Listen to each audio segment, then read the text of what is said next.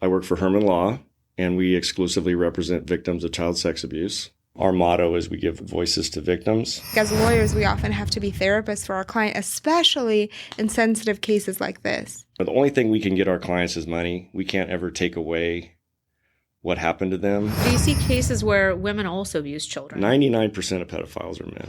Humanity finds the most joy in helping other people and in serving other people. We have clients that we just lose track of. We have to go send investigators out to find them because they're on the street. I studied psychology. That was one of my majors. I liked back in the days when I would go on dates, ask a question. What's your first memory from childhood? That was your date question? Yes, those are my questions. It's like an old adage. We don't know what people are going through. It's really true, though. Everybody, everybody's got something going on at any given time. Welcome to the Glamorous Grind, where law meets lifestyle. I'm Alona Antonian, a trial attorney and a certified family law specialist. And I'm Mila Aratunian, a trial attorney practicing employment and personal injury law. We are lawyers, friends, and your insiders to the world of legal drama. Every week, we're diving into our most juiciest and unforgettable cases, showcasing inspiring success stories, and sharing how we balance drive and determination with style. So whether you're a legal powerhouse chasing success, or just here for the juicy stories, grab your favorite drink, because we are pouring out wisdom, wit, and plenty of glam. It's law, it's life, it's the Glamorous Grind.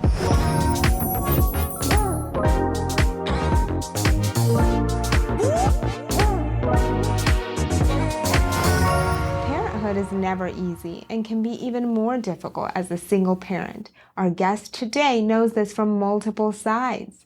This week, we're sitting down with Blake, a devoted father and attorney who is also a relentless advocate for justice. As a lawyer, he dedicates his work to helping child sexual abuse victims seek justice and ensure they don't have to suffer in silence. In this episode, we will talk about resilience, fatherhood, and how personal hardship can fuel a greater mission. This is a story of love, loss, and unwavering strength. Stay with us. This is one you won't want to miss. So we are super excited to have you on our podcast, Blake. Tell us a little bit about yourself. First of all, thanks for having me. I'm excited to be here. I've watched your podcast, a few of them, and very impressed. It's always nice to see you. You're one of my favorite people on the planet. Oh, likewise. So my name is Blake Woodhall. I live down here in San Diego. I'm an attorney, just like you two. And I've been practicing for 28 years now. And Wait, you don't look that old. Well, thank you. I'm always fishing for compliments, so that's nice. I work for Herman Law, and we exclusively represent victims of child sex abuse. In fact, that's where I was this morning on a case in Los Angeles. So that's all I do. I've been doing that now for the past 5 years or so. You currently have a major case against the state of California and represent about 700 people who used to be children back in the 1950s, right? Right. It's actually against the county of LA. Okay. And yeah, it's I represent about 850 plaintiffs in a case arising out of systemic sexual abuse at a temporary group home run by the county called McLaren Hall in El Monte, California. And the date ranges are anywhere from the late 50s all the way until 2003. That's how long it was open. And there was a lot of abuse, sexual abuse going on at the time by numerous staff members, et cetera. And so what is this facility? What did it do back in the 50s for foster children? So what it would do is it would basically be a temporary place for a child to go when they're removed from their biological parents for some reason. So through juvenile court? So the court would get involved, absolutely. And then what it would do is they would have these kids there, provide them with some medical services, a place to live, and educational services. They had a school there as well, pending their placement in a more permanent situation, foster home. Well, like, what was the maximum period of time that these children would live there? Well, they were only supposed to be there for like no more than a month, but some of them would live there for years. Oh, wow. Okay. Nobody would want to adopt them? Is that why? It's not really adoption. It was more placement in foster homes. And most of the clients that I have who stayed there for an extended period of time were either in and out of there a lot because of instability even within the foster home where they were placed, or they just had a lot of issues where it was difficult for them to get into a stable placement. And so they just kept them at McLaren Hall. For context, for our viewers, I want to talk a little bit about the extension of the statute of limitations, because I find that super interesting. So most legal cases have a statute of limitations. You have to bring claims within 2 years or 3 years or 1 year, depending on the type of case it is. But recently, the California legislature passed a law. Was it a few years ago? They amended AB 218. Okay, so tell us a little bit about that. So yeah, they amended the statute to open up a window for previously time-barred cases.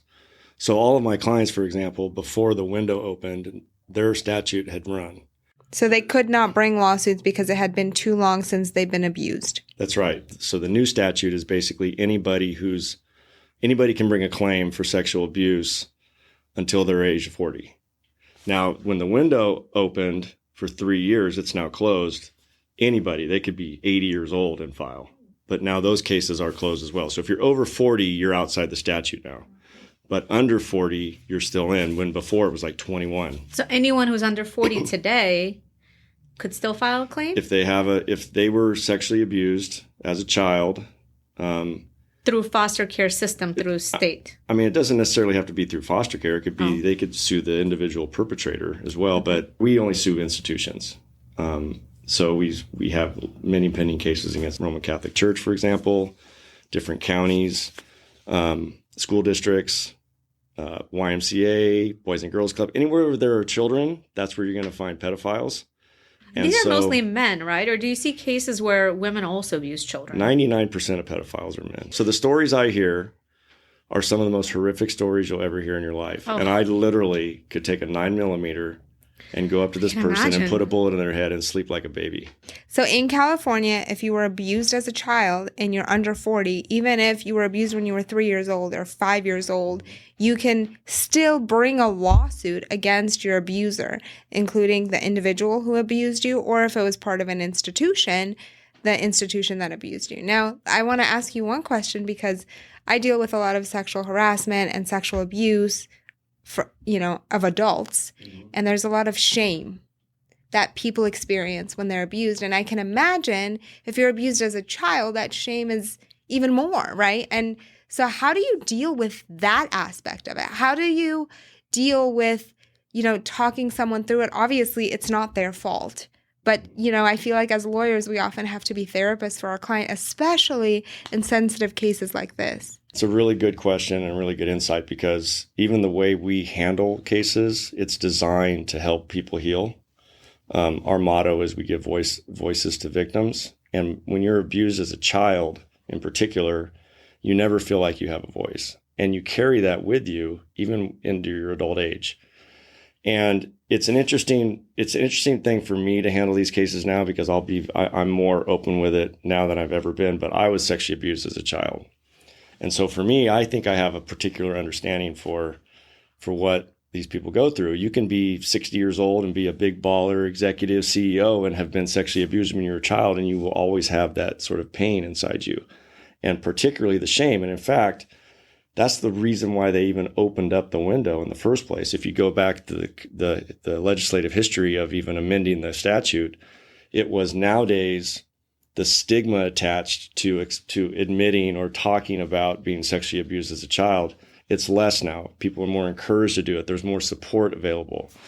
And frankly, it's very difficult for men to talk about it, because we're supposed to be these big macho dudes. I mean, I played football. I coach football still. I'm supposed to be this big masculine tough guy. And yet here I am when I have a similar kind of pain, the shame, the embarrassment of it. So it's difficult, but again, the only thing we can get our clients is money. We can't ever take away what happened to them or bring back their innocence or return it to them. But what I found is working with the clients through it, even preparing them for depositions. Even, for example, you guys will appreciate this as lawyers. I get thanked sometimes for just filing a complaint. Like, have you ever been thanked for just filing a pleading? No. Right? It's never happened. It's the first time in my career I had a client call me and go, I've never seen it on paper where what happened to me is on paper, and we're actually finally going after the people that are responsible for it. That's very empowering. So you're like a superhero. You're helping these people, I mean, the victims, and then in a way getting revenge against everybody who, has done this to children. Everywhere we go, you go to the grocery store, you go to church, you go to your kids' sporting events, wherever you go, there are victims. It's so interesting. One of my favorite motivational speakers, and I'm a little biased because he's Armenian, but it's not because he's Armenian. I actually really love his content. And actually, most of his content is for men, but I love him and I listen to all of his stuff. His name is Bedros Kouligian. It happened to him as well. I listened to his podcast. But the interesting thing I find in it is especially Armenian men are trained to be super macho and masculine. And he talks about how he had this really rough childhood, and he would steal and was in jail and did all these horrible things. And then he ended up getting therapy, and which is super anti-Armenian. Even me as a woman, if I tell my mom I want therapy, she'll be like, what is wrong with you? Deal with your problems. Yeah. But he ended up getting therapy, and he said that when he got therapy, he realized that a lot of his problems were because he was carrying around this guilt of being abused as a child. So I think that a lot of people carry it around, don't even know the extent to which it affects them. And he attributes a lot of his success to finally facing that, stepping into his power by being like, yes, this happened to me. It's not my fault. And I'm stronger than this. I think, one, you have to get a therapist that specializes in helping victims in those situations, somebody good, because if you go to a shitty one, it can make things worse to start reliving it and then not really making progress. And, I remember back 10 years ago or so, actually it was 15 years ago, went on a date with this one guy, and he was a radiologist, and I was so into him. I used to call him Mr. Big, from the Sex and the City, because There you go. But he was better looking. But anyways, point is that he turned out to be a serial cheater. And one day, before I found out that was the case, he sometimes would act like a child, or I kind of sensed that, he would retrieve and seem like he would into it. And I studied psychology. That was one of my majors. And, I liked back in the days when I would go on dates, ask a question. What's your first memory from childhood? And then what's your second freshest memory from childhood? And then I would do psychoanalysis on people for myself. Yes, those are my questions. And he kind of shut down, but then he opened up and he told me that, and it was very sad. He said that when he was 7 years old, he used to play in a neighborhood, and his mom would send him to a neighbor's house to play. And the neighbor sexually abused him for years. And he told his mom and he told his dad, and they didn't believe him. And they kept sending him to that neighbor's house, and he kept getting abused. And he obviously didn't have a good relationship with his mom. And I don't know if he ever got therapy. I don't think he got good therapy because it was impacting him as a grown-up. And I hated his mom when I heard the story. I'm like, bitch, you didn't protect your child. Yeah. How could you not believe your child and protect him? How could you not care that much? But that happens a lot to children. It's it's so sad this happens, and somehow parents choose not to believe their children. Yeah. There's a couple things there. Number one is therapy is important. I don't think it's the end all be all. There's a lot of individual work that you have to do to overcome some of these things. But I found therapy to be important from the standpoint if it explains some things to me. Oh, that's why I'm that way. Oh, that's why certain things are whatever. So it was more explanatory, and then gave me some resources to kind of deal with things, because it's hard to imagine. And look, none of us get out of life without traumatic experiences. None of us escape it. Okay. So it's not there is a certain element to, do you go overboard and continue to play a victim, right? And not take responsibility for being a serial cheater by saying, oh, well, I'm a victim of sex abuse, so I can go and be a maniac. That's not acceptable either, right? So, but having said that, imagine yourself, you're going to a family event and you're really excited about it. Or you're going to go see your daughter dance. Or for me, my kids all played sports. Or my oldest son's a professional drummer. I'm going to go to his concert, okay? And I'm all stoked about it. And I drive to LA, and I sit there and I get some sort of trigger. Something happens to where I see a person who looked like the guy that abused me. or I smell a smell that always smelled like his house. Just one little tiny thing triggers you, and you immediately go back to being that kid again. It's interesting how you mentioned that he sounded like a child sometimes. I often say that I still represent kids, because you could be 75 years old and I could be talking to you. And when you're talking about your abuse, I see it in my clients. Their whole countenance changes to where they go back to being a kid. And so you go back to being a kid and you're focused on it, and you might have a panic response, flight, fright, or fight, right? And so it just changes your whole day, and it could ruin your whole day. And so that's why, though, I think therapy is important, though, because it can help you in those moments. But that's why, I kind of have a life philosophy. Like, we really do need to give people a break, because you don't, it's like an old adage. We don't know what people are going through. It's really true, though. Everybody, everybody's got something going on at any given time. It's important, I think, to just kind of give people a break. And if we can help them, then do it. And in the context of my work, that's what I can do. I can help my clients heal. So, having about 850, you said, clients, how did it impact their lives now that they're grown-ups? Do you see commonalities? I do. Okay, here's a few things that are in common. And I've even wondered about myself, because I don't necessarily fall into all these categories. And I've often wondered, like, why did I escape, quote unquote, escape, if you want to look at it that way. But the commonalities for kids who were sort of chronically in the foster care system and then abused, sometimes in multiple locations, they generally have a criminal background. They didn't complete their education. They have some form of substance abuse, usually drug abuse. And they have really spotty work history, if they can even work at all. Those four things are super common. I could show you the 850 clients that I represent, and probably 700 of them will have all four. Oh my God. By the way, what percentage of those end up homeless at some point? A lot. In fact, we have clients that we just lose track of. We have to go send investigators out to find them because they're on the street. Wow, the damage. They're just highly unstable. They're unstable, and oftentimes, and they don't have anybody to fall back on. I mean, I had a really cool family. Mm-hmm. I wasn't abused by a family member. I had a really cool brother and sister. I had great parents. My dad was a minister, but he was a great guy. He was like my guy. And so if you think about that, a lot of these people, they're in the foster home. So they've been removed from their biological parents. There's nobody within their biological family to take them. So they're with some stranger, essentially, going through their whole system. So they don't have anybody to support them and to give them that stability. Oftentimes these foster families, and no disrespect to the really good foster parents, there's some really neat people out there, but a lot of these people are evil, and they just take a check, and they allow abuse to go on, physical abuse as well. And so just think about that, just like internally. If you wouldn't have anybody to fall back on, like you were even talking about your mom giving you a hard time, but you have a mom, and you have a mom that loves you.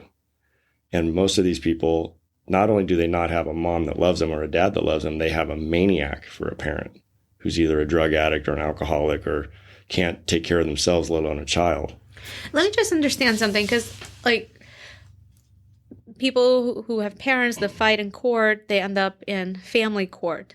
And then once there's child neglect, then it's severe enough, and the child cannot be placed with either parent. It goes to juvenile court. Family court loses jurisdiction. And then in juvenile court, they put the parents on a certain plan until they reach an exit plan and they comply with all the, counseling, therapy, parenting classes, drug or alcohol, corrective action, whatever they have to take. And and then they are either placed back with parents, but I guess the people you're representing are those that during that time would be placed in foster care or an institution because there were no other family members to take care of them. Is that right? Yeah. Okay. And then also be children whose parents did not end up complying with anything, and they completely lost custody, so they became,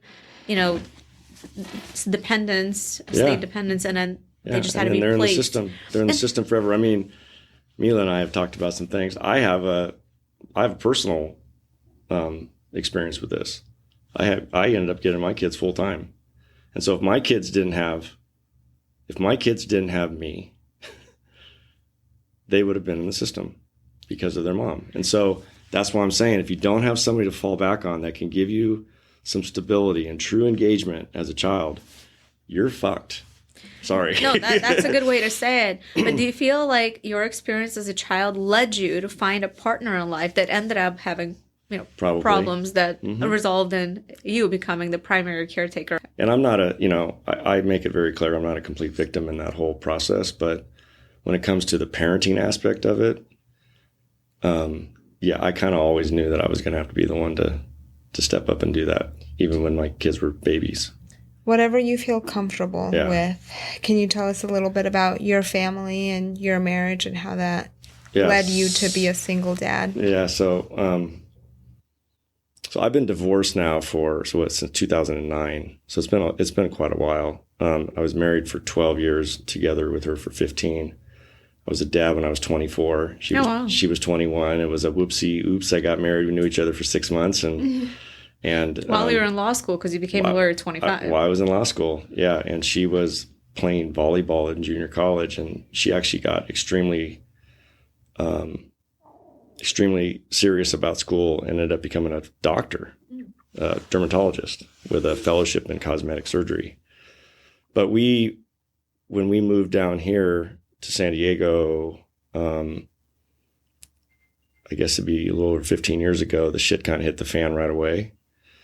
And I won't explain everything that happened, but Bill Benjamin was my lawyer, if you know Bill, and he was excellent for me.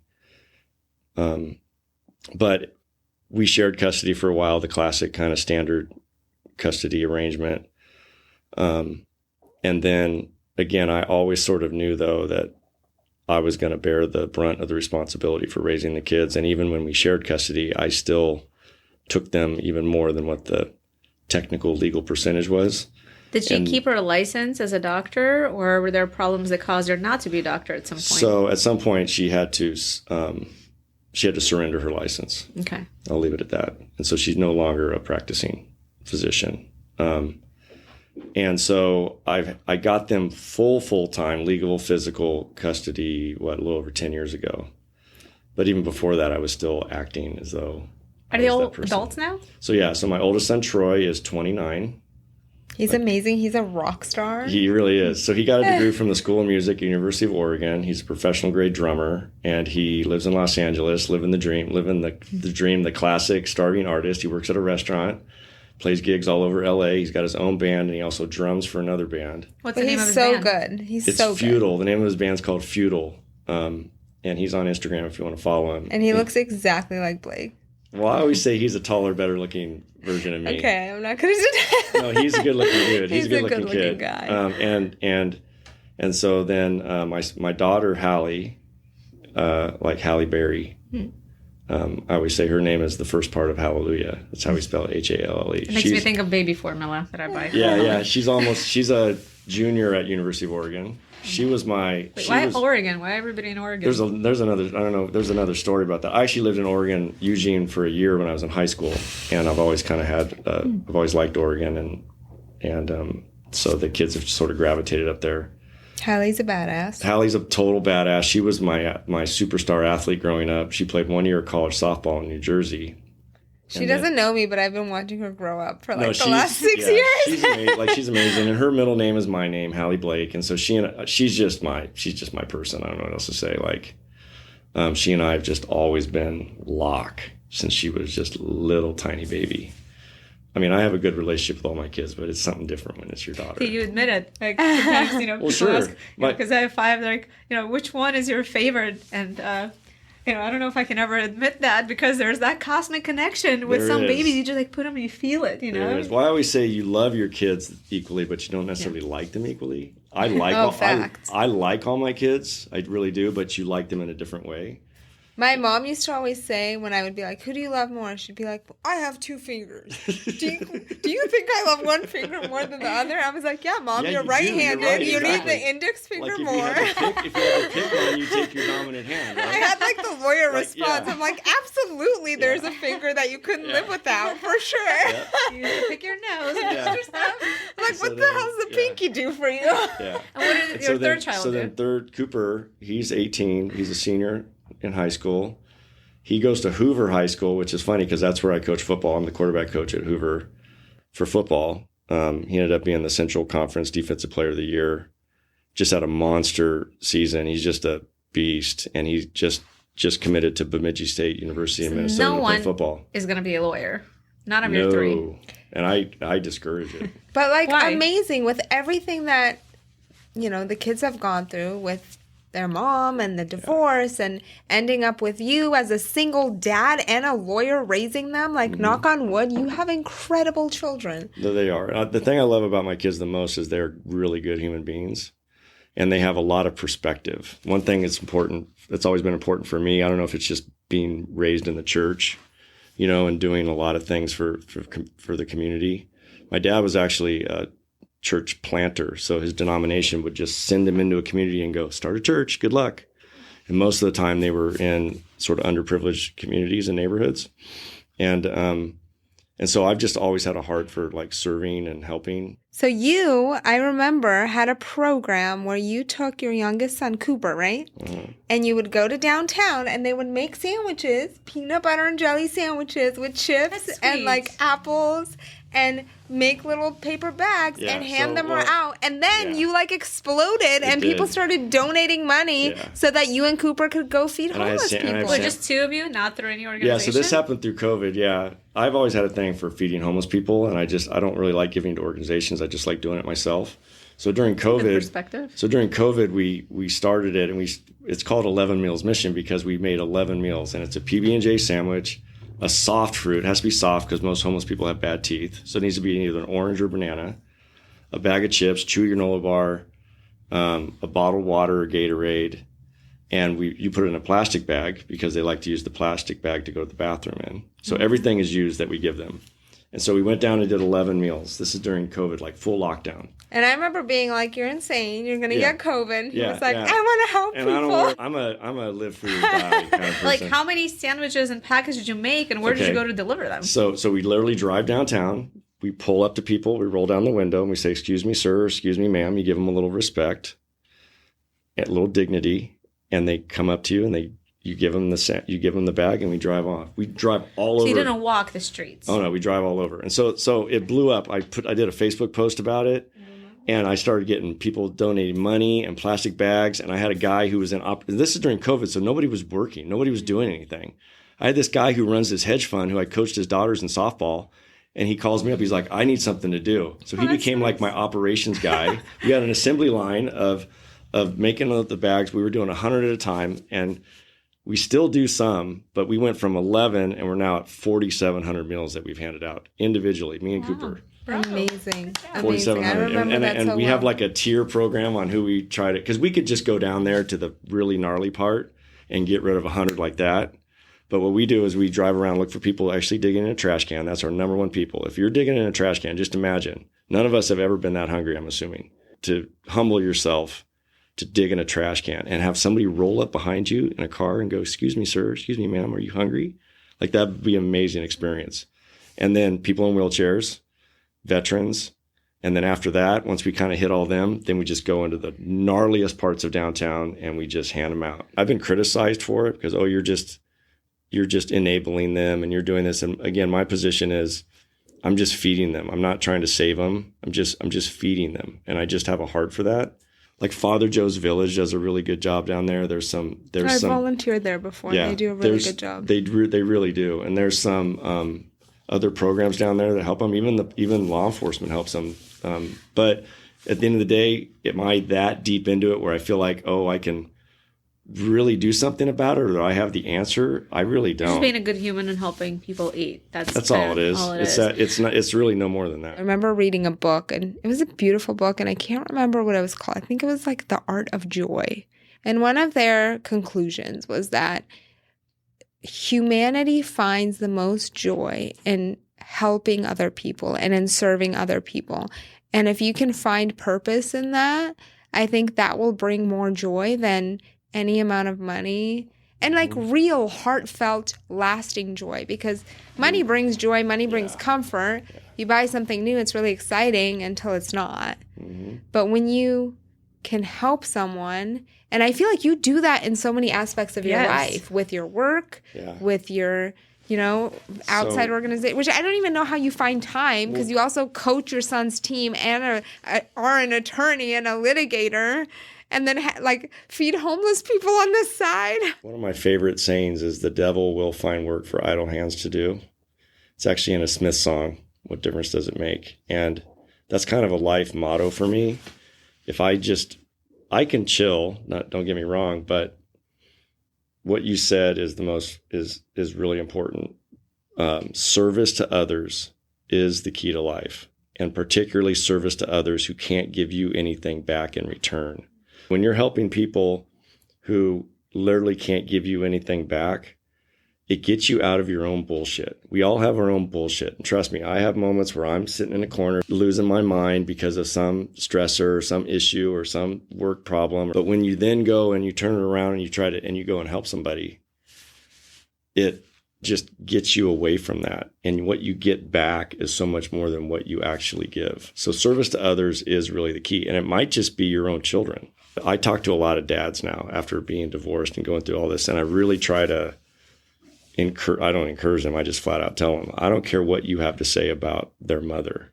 It's your responsibility as a father to be fully engaged and invested in your kid. Don't acquiesce to some control that's trying to, take your kids away. Don't just say, okay, whatever. I'm just going to walk away and go golfing.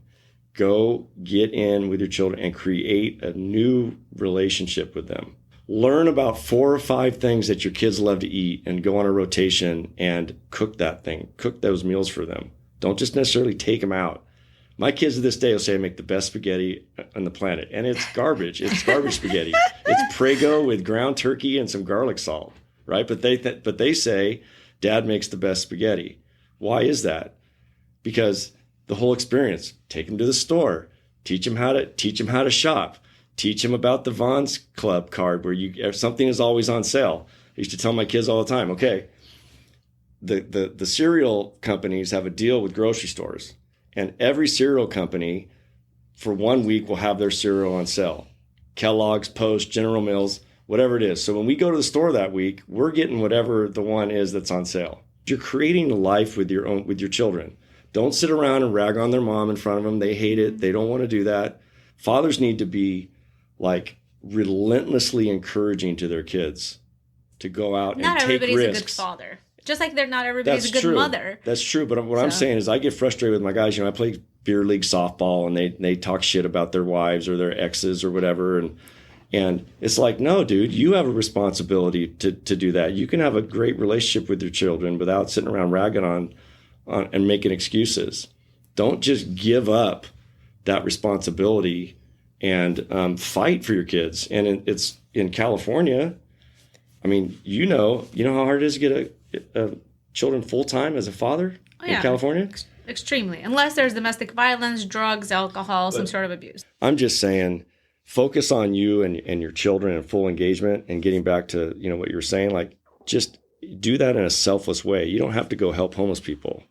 That's just something I've just had a heart for. And creating the relationship and the culture. I think every family has like a culture, and that foundational culture stays with you your entire life.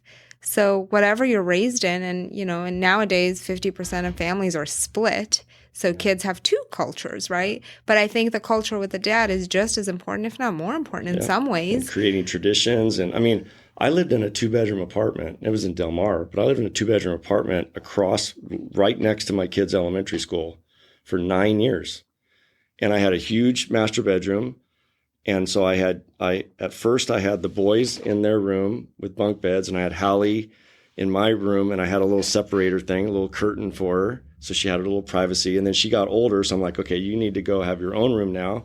And I moved Cooper in, and Troy went Troy left to go to college, and we had a special little, we do our barbecue weekends down at the community pool, and kids don't care where they're living.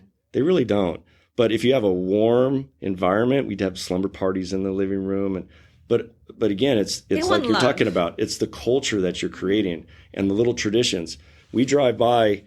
I live off of Del Mar Heights, and we'll drive by going to the beach, me and Cooper to this day, down the street from where our old apartments were. And he goes, Dad, when I get done with college, I want to get a job and I want to go move into Bella Del Mar apartments. So it's just the relationship that you created as opposed to the physical thing. But even the physical things, even if you don't have a lot of resources, you can go to Walmart and make a nice little home for your kids with the kids stuff that they have and the special little sheets and blankets and jammies and all those things. But I guess my point is that I even told my lawyer, I even told Bill Benjamin, I said, I want you to have my children's best interest in mind ahead of mine. That's a healthy perspective. Because you can lose focus of that particularly when you're in the middle of that divorce. Yes. You do some weird things, and you do some things that maybe are even outside your normal character. But if you have people that are reminding you, you've got to stay focused on what's in your best interest of your kids. You actually create a pattern. And to this day, we don't even have a custody arrangement anymore. It's done. Like the full-time thing, it's not even relevant anymore because my kids are all adults. But my kids' best interests that's still my focus. Well, thank you so much for joining us. It was such a privilege to have you and learn about your life and your work and how you find purpose in everything that you do. It has been a privilege to have you on as a guest. Well, but I do want to find out what happens with all those cases for the victims you're representing. I'll let you know. I'm under a gag order right now. Oh, okay. But I will let you know, and we're hoping to have a global resolution within the year. That's the hope, but that's about all I can say. How is that going to change the lives of the people you represent? For some, it'll be absolutely life-changing from a resources standpoint, and others, hopefully, it will be life-changing from a standpoint of symbolic, that somebody is finally taking some kind of responsibility and accountability for what happened to them. What an incredible conversation. A huge thank you to Blake for sharing his journey and insight. If you loved this episode, don't forget to like and subscribe. It really helps us grow and bring more amazing guests your way. And hey, if you have a guest you'd love to hear from, slide into our DMs or drop us a message. We are always looking for inspiring stories to share.